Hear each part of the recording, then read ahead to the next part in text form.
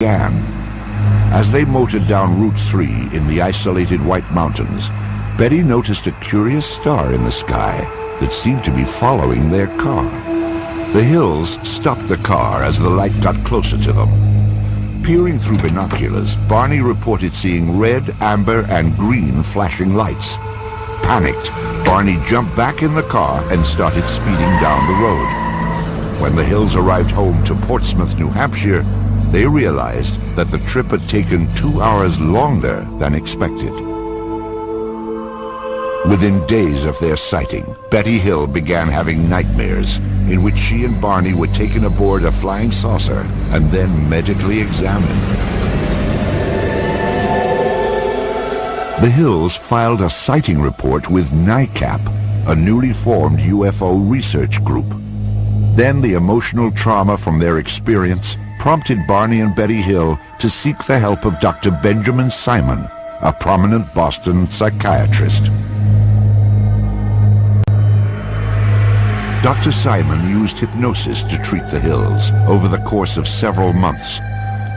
Betty and Barney Hill said the therapy helped them recover some memories of their missing 2 hours.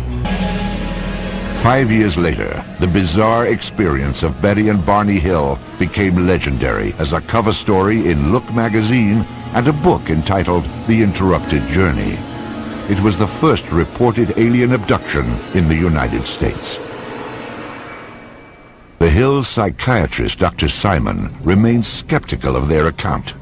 However, once the case was made public, other witnesses came forward with similar stories. Authors like Dr. David M. Jacobs call them abductions.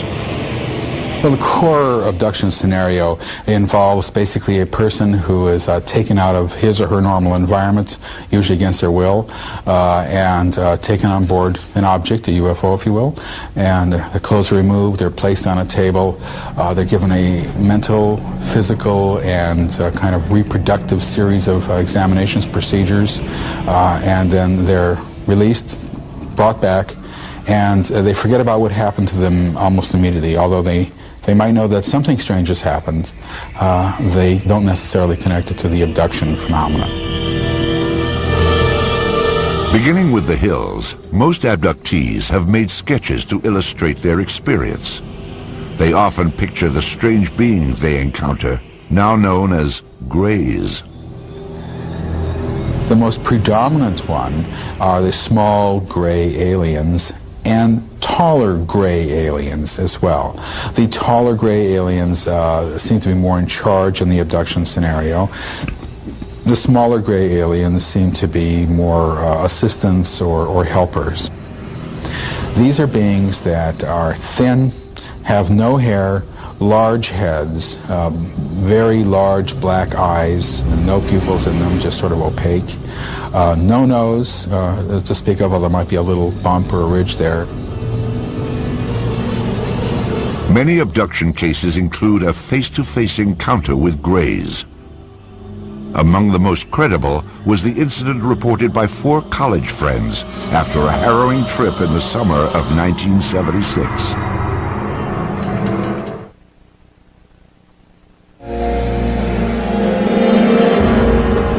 Betty and Barney Hill's abduction experience in September 1961 was the first such case reported in the United States.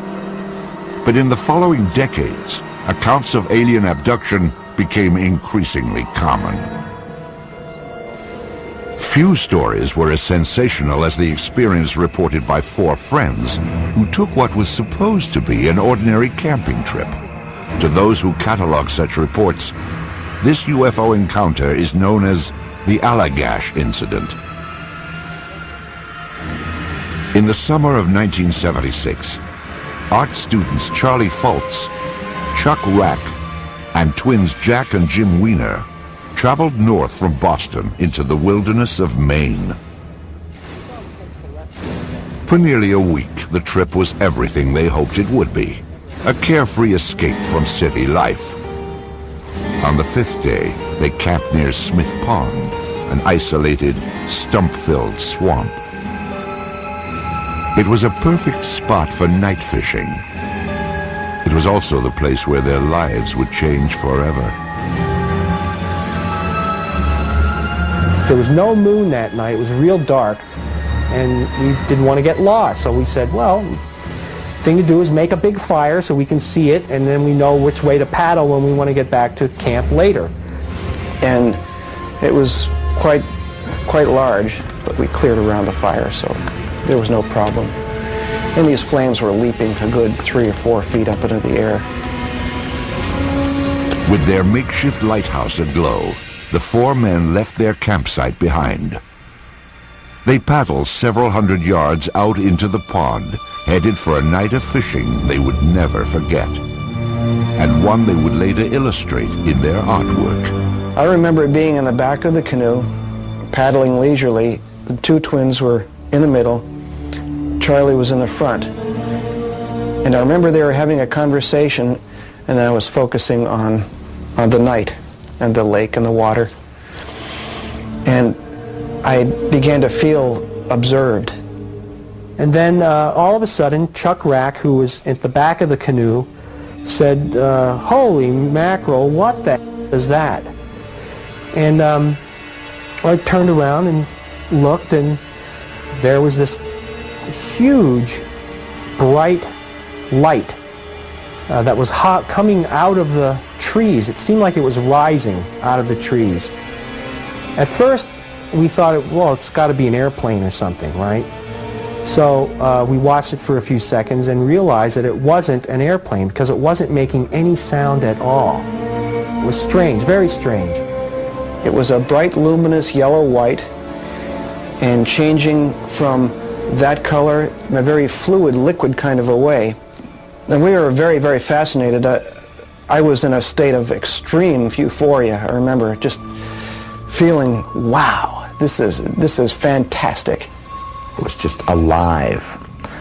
And when it was nearest us, about 100 yards away, it paused. And when it paused, I said to the fellows, I said, I'm going to shine the flashlight and see what it does.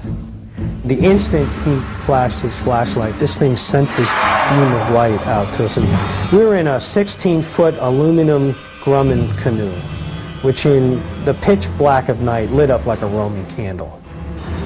We must have looked like this object just waiting to be approached on this lake. And all I can tell you is what was going through my mind was just exhilarating expectation. Just, this is fantastic. This is something we can communicate with. It's tempting to communicate with us. I was completely shocked, and especially shocked that it reacted as quickly as it did, which told us there was some type of intelligence about it. And as soon as this light came out, this thing started moving, and so we thought, well, you know, this is real. This is really happening. This is not a figment of our imagination. I mean, we've got to deal with this situation now, because within a few seconds, this thing is going to be right on us. I wasn't even interested in this thing anymore, other than I didn't want to be as close to it as I was. I remember paddling as fast as I could, and Jack saying, it's getting closer, it's getting closer. And then it was gone. The next thing they remembered, they were back on shore. And I thought, well, that's it. We've lost our chance. We've let it slip through our fingers. And I observed it leaving and just gradually faded out. Exhausted, the 4 men stumbled back to their campsite. There they found the remains of their makeshift lighthouse, the fire that had been built to last for hours, the fire that was now just a pile of charred embers. At the time, no one gave it much thought, though it would later play a large role in their sighting. That night, nothing more was discussed, not the fire, not the unknown object that had chased them only moments before. Sleep was the only thing on their minds. For years, the friends rarely talked about that strange night. Then, in 1978, memories of the sighting began to resurface. Jim Weiner had developed temporal epilepsy after a car accident and suffered periodic seizures. These fits were often triggered by sleep deprivation, and by 1980, Jim was definitely not sleeping well. Vivid nightmares had become a perpetual torment. All I remember is seeing vague figures, anthropomorphic in shape, but they did not seem human to me. They were around me, and they were either doing things with my genitals, or they were prodding me with some types of instruments. There was an extreme feeling of malevolence. I mean, I was absolutely always felt terrified in this situation. For a time, Jim kept his nightmares secret. Then he confided in his brother. Jack Weiner's reaction was totally unexpected. So he starts telling me this, my nightmare, on the phone, and I go, holy mackerel, I've been having the same nightmares. What is going on here? There was no apparent explanation, but Jim was getting worse, his doctors growing more concerned. Repeatedly, they asked Jim what was wrong, and he finally revealed the nightmares. A psychiatrist working on the case said it sounded like an abduction experience. The doctor suggested that Jim speak to Ray Fowler, a UFO researcher. Jim repeated his story. Fowler took it seriously. Later, the other three also underwent hypnosis. Finally, 4 years after the incident, the details of that terrifying August night would emerge. When 4 college friends set off for a camping trip in August of 1976, they never dreamed they would end up at the epicenter of one of the most famous cases in UFO history. They all remembered paddling onto a pond and seeing a spectacular light in the sky. Then it came closer, far too close for comfort. The next thing the men recalled was standing on shore. Only later would they suspect that something more sinister had taken place. Regression hypnosis revealed that the 4 friends had apparently endured a horrific episode known as an alien abduction.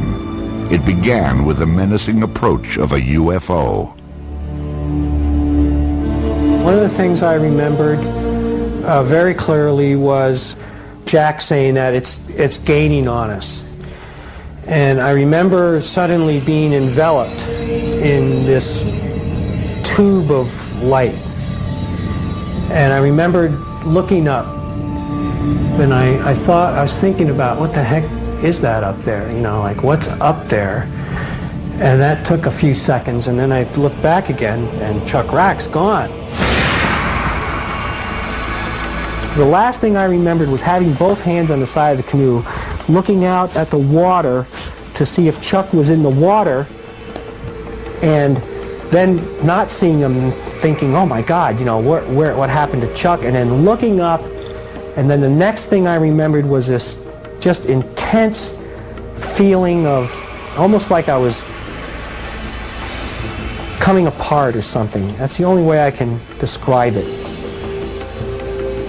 Then the next thing I remembered was being on my back in this hazy environment, which was just like this nightmare that I'd been having.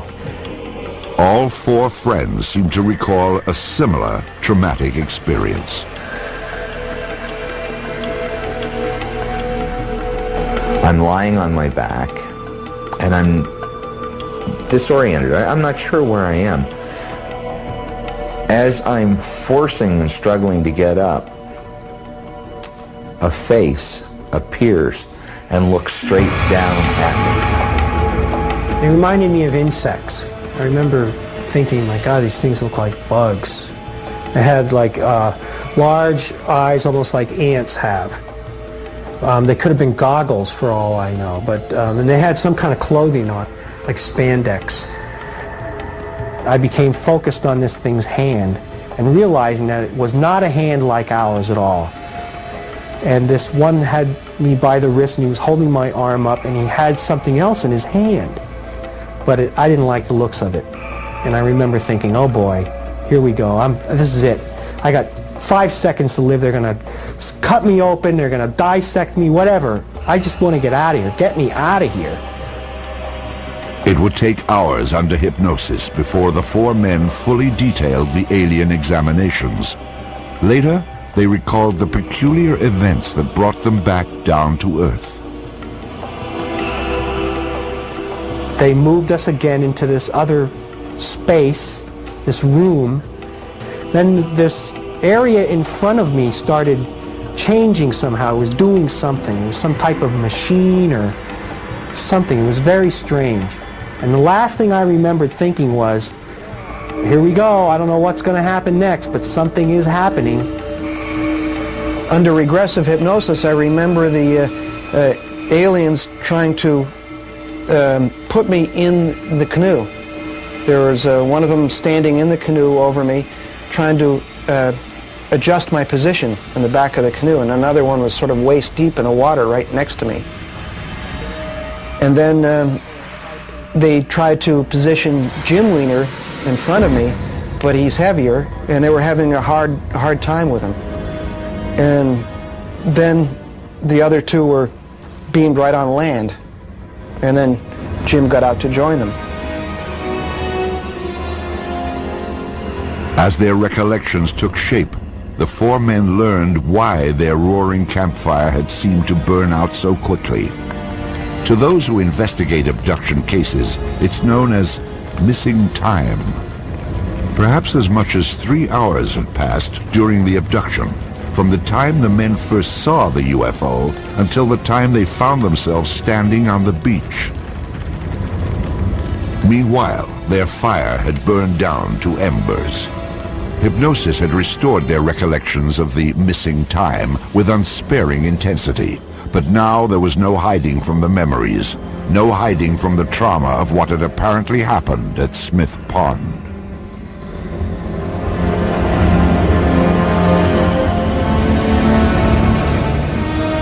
I mean, every time I had one of these experiences, I would rationalize it as a dream so I could cope with it and say, well, what the heck is really going on here? Is it related to my seizure disorder? Is it, something I'm eating? Do I have a brain tumor? Am I working too hard, or am I under a lot of stress? What the heck could possibly cause this kind of repetitive experience? The Allagash 4 are not alone. Their story is remarkably similar to the accounts of thousands of other ordinary people who face the nightmarish certainty that they have been in the hands of aliens. Still, despite all the convincing testimony, the subject of alien abductions is the source of bitter controversy.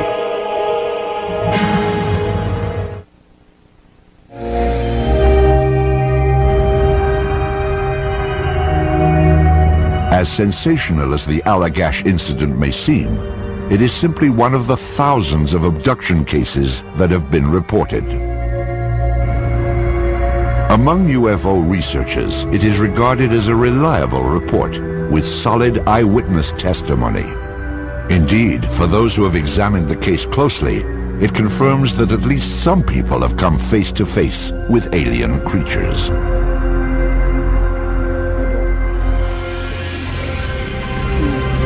If you had the amount of evidence for the reality of the Allagash abductions for any other subject, any mundane subject, in a court of law, you could hang a person probably.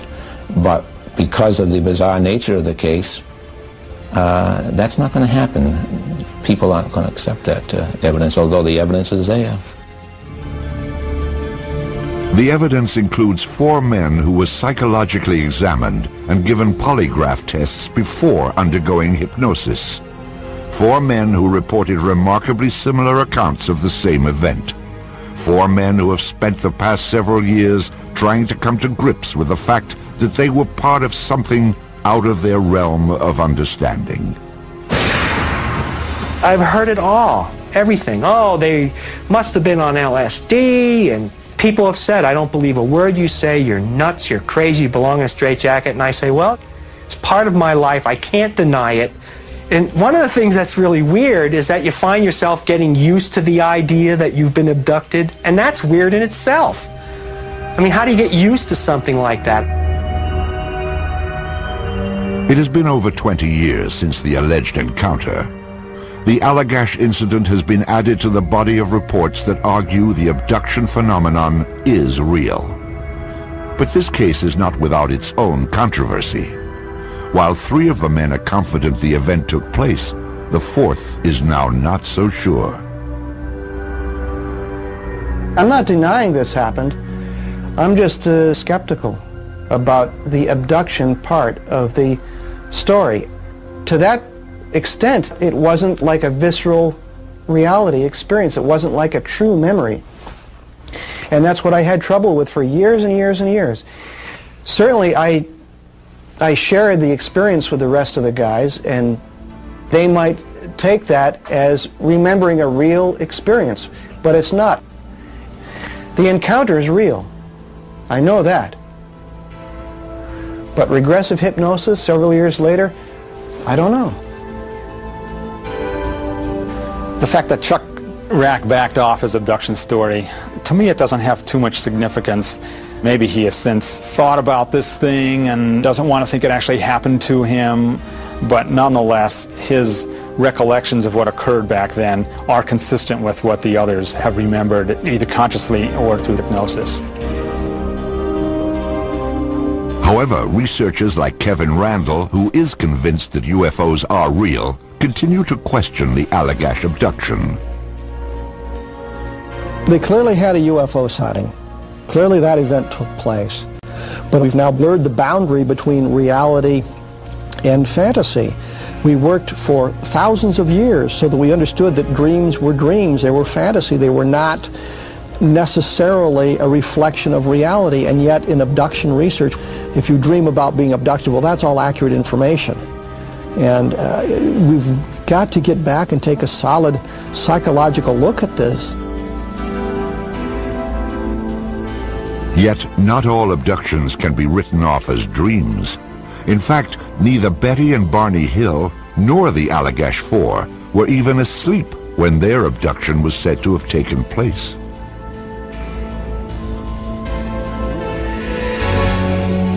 Among the many controversies surrounding abductions is the use of hypnosis to recall the experience.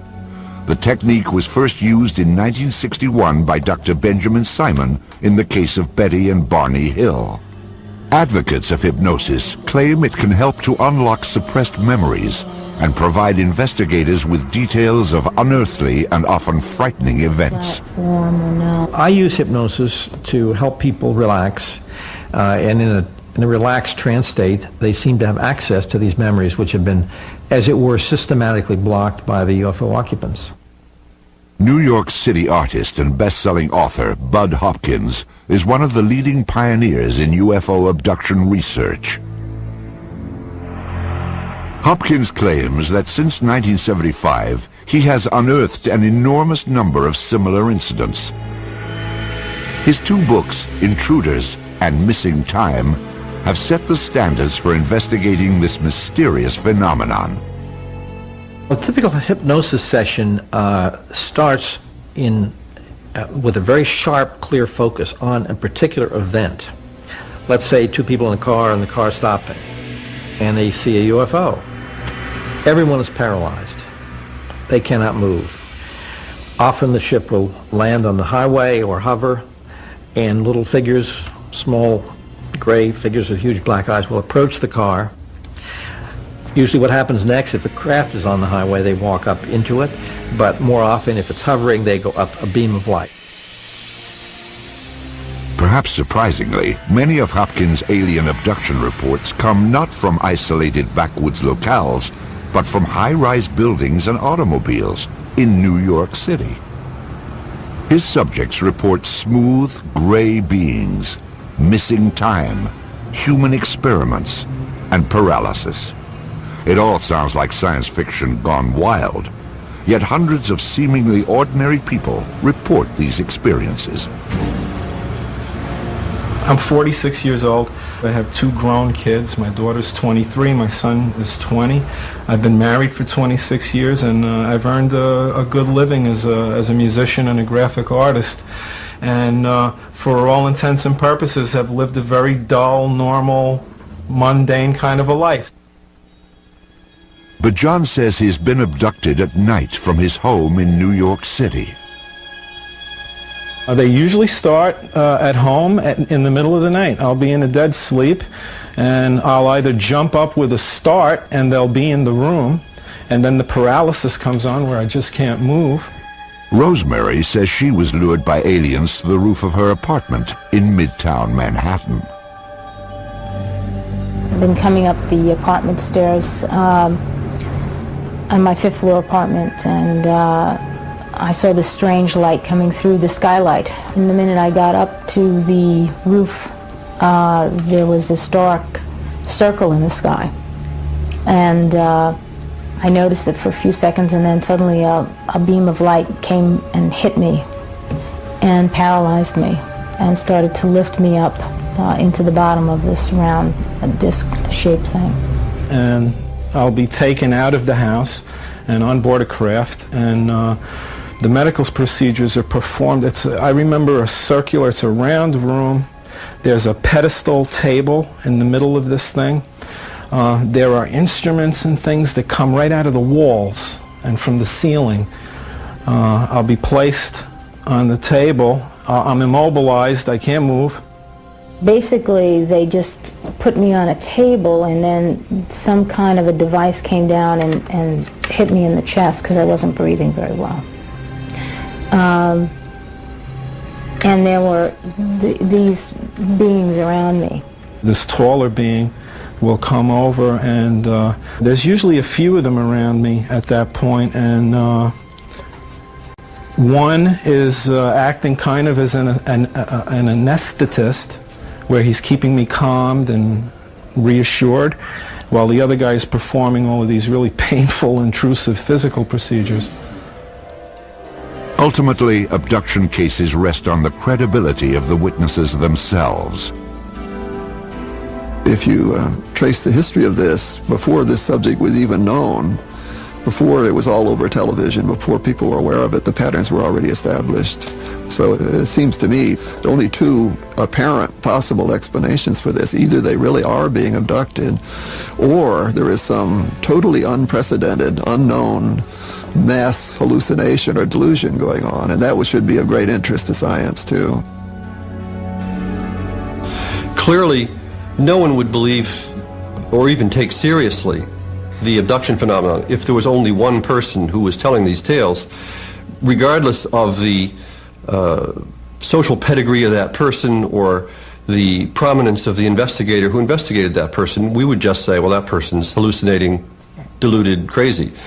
So the reason that the abduction phenomenon is a phenomenon is that many people report abductions with conviction, and that they report similar details of the experience.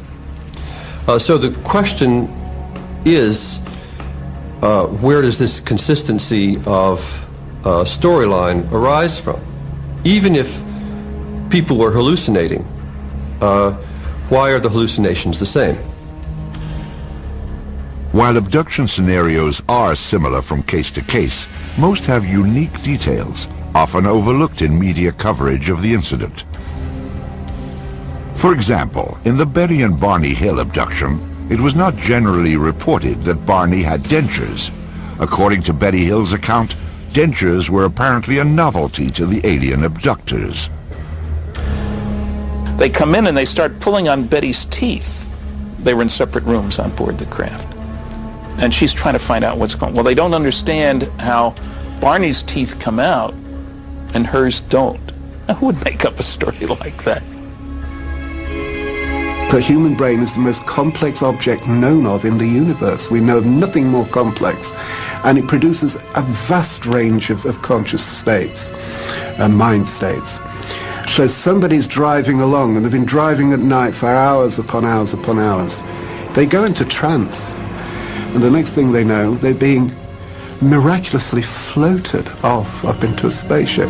If you look at the idea of floating off to a spaceship, you are looking at perfect description of an out-of-body experience, a lucid dream experience. There's a whole gamut, a whole range of sleep disorders that fit in absolute detail everything that an abductee describes. What we have is a total ignorance of these states of consciousness. These states of consciousness include not only lucid dreams and out-of-body experiences, but sleep paralysis and near-death experiences as well. All are currently being researched. None are yet fully understood. Perhaps such alternate states of consciousness will prove to be the underlying cause of purported alien encounters. However, in the event such research can't explain away abductions, most people still won't find it any easier to accept that these bizarre events truly occur. We've been conditioned to believe certain things as regarding what society, what scientists, what theologians tell us exists and what doesn't exist. And when something intrudes into this reality and doesn't fit, it's taboo because people don't want to accept this because it affects their worldview. So this goes across science, theology, you name it. It's very hard to accept things that just don't fit our preconceived notions of what should be and what shouldn't be. What is the truth about alien abductions? While some believe that the explanation lies in some distant galaxy, at least one scientist is finding answers within the confines of an Earth-bound laboratory.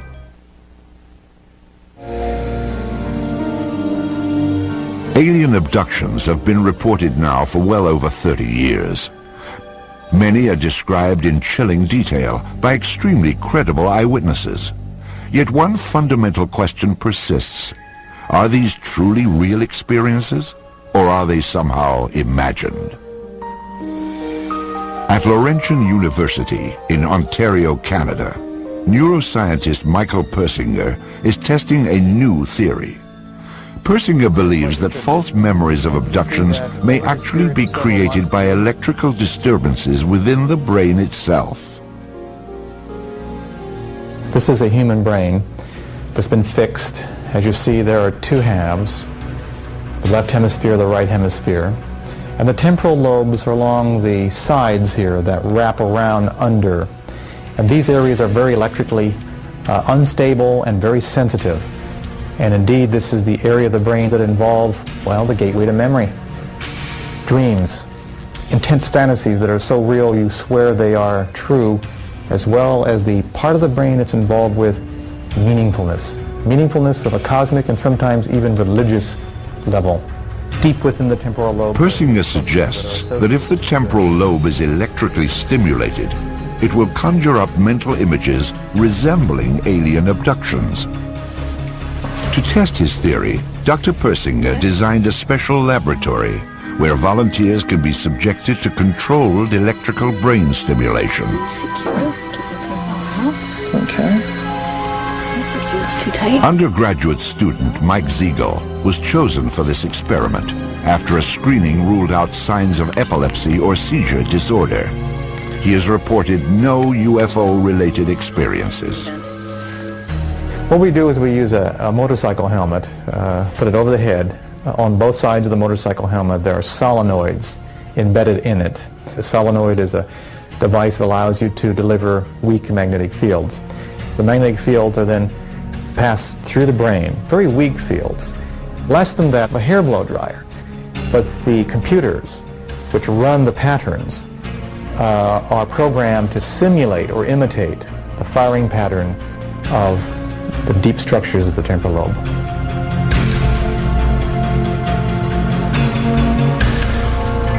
As a programmed sequence is initiated, waveforms from the computer are sent to the brain of the subject. If we stimulate the temporal lobe towards the caudal or back part, it'd be visual experiences. Towards the front, smell experiences. But the fundamental experience is that of movement, feeling out of your body, feeling displaced, feeling the sense of a presence as if someone else is in the room with you, feeling intrusive thoughts as if thoughts are coming from outside you, ego alien thoughts. This pattern, Persinger believes, will produce an experience with many of the components of an alien abduction. I remember feeling very light for a while, just drifting. Then I remember everything just sort of went black, and a feeling of complete weightlessness. I started seeing patterns of lights, and then all of a sudden in an instant I feel as though there's another presence there, someone there. I can feel it. I'm almost sure that if I turn my head, I know I'm going to see something there. The hairs on the back of your neck seem to stand. It's as if someone's breathing in your ear. I saw sort of distorted images of people that I knew, or at least I thought I knew. And then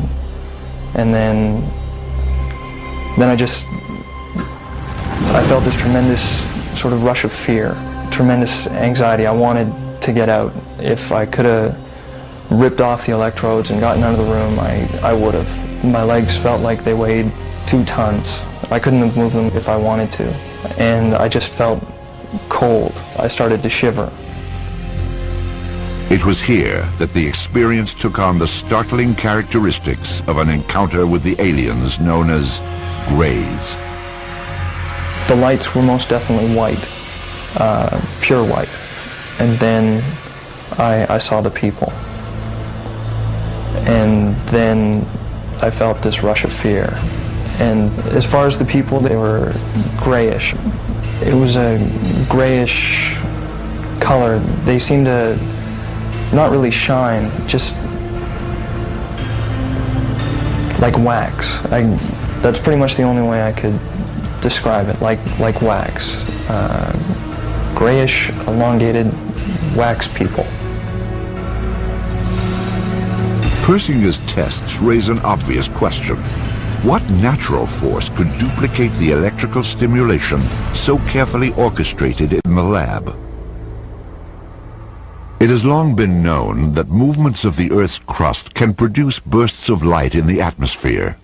According to Dr. Persinger, these luminous displays release electromagnetic charges that can trigger abduction-like thoughts, just as in his tests.